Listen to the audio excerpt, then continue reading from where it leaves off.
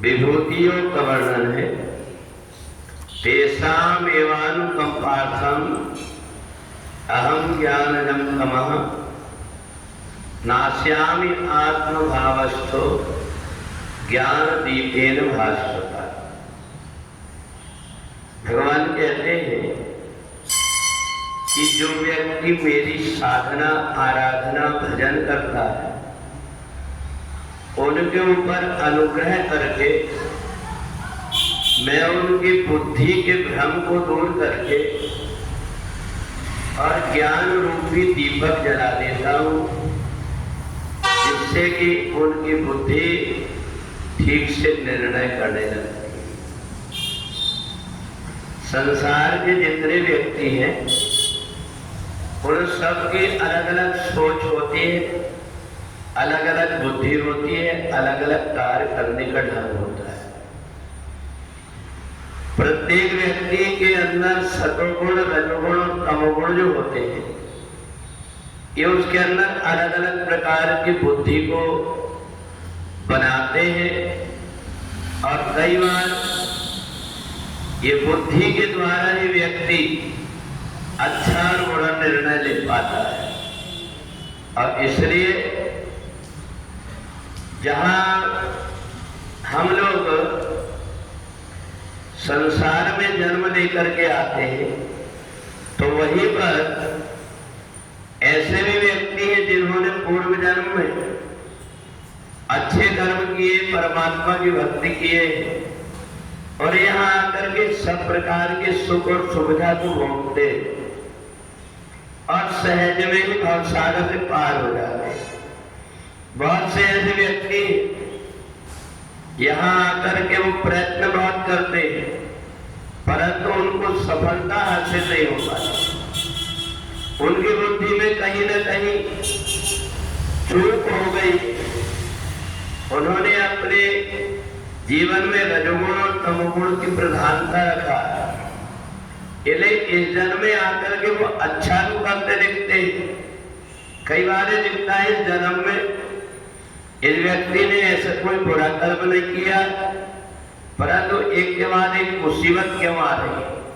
इसलिए आती है कि पहले मुझसे कहीं ना कहीं चूक हो गई। ये जो जीवात्मा है, शरीर के छूटने के बाद में भी इसमें कोई अंतर नहीं आता।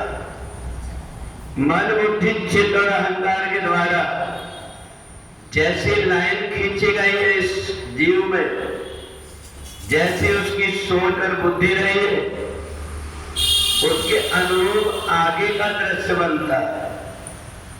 जैसे हम कोई भी कंप्यूटर में कोई चीज फिट कर देते, उसको हम कभी भी देख लेते, ऐसा ही ये जीवात्मा भी जितने जन्म में जिस प्रकार के कर्म करता है, उसके अनुरूप इसके अंदर नक्शा बने हुए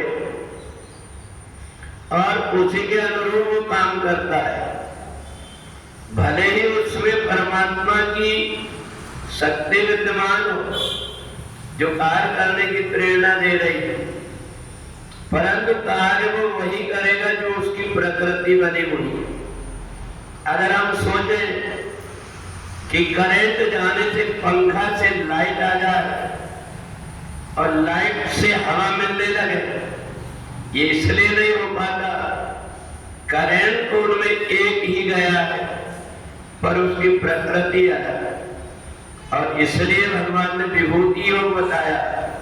संसार में जिन लोगों के पीछे सुख सुविधा भाग रही है, उनको नहीं चाहिए, इसके बाद भी अपने आप आ रही है।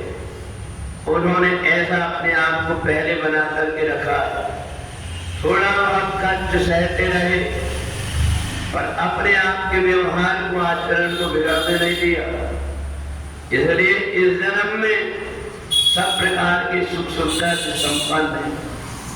दूसरा, इस जन्म में वो व्यक्ति जो चूक गया है, एक के बाद एक परेशानी आती है, सो परत्र पावई सिर धुंधुल बसता है, वो बार बार परेशान होता है। मैंने तो किसी का बुरा नहीं किया, पर मेरे साथ क्यों हो रहा है? इसलिए उसके अंदर जो कर्म विपाक पहले के बने हुए हैं, उसका जैसे पहले से किसी पाइप में गंदा पानी भरा हो, कोई गंदगी भरी हो, तो दूसरी तरफ से अच्छा पानी छोड़ेंगे तो भी सबसे पहले बुरा पानी ही इसलिए निकलेगा क्योंकि वो पाइप में पहले भरा हुआ है, वो पूरा जब निकल करके बाहर हो जाता है तब उसके अंदर से साफ पानी आने लगता है। ऐसा ही हमारा मनुष्य जीवन है। हम जो कुछ भी कर्म करते हैं, शरीर छूटने के बाद में भी हमारे अंदर जैसी वृत्ति बनी रहती है, उसके अनुसार आगे का हमको भविष्य और जीवन प्राप्त होता है। बोले वृंदावन बिहारी राम।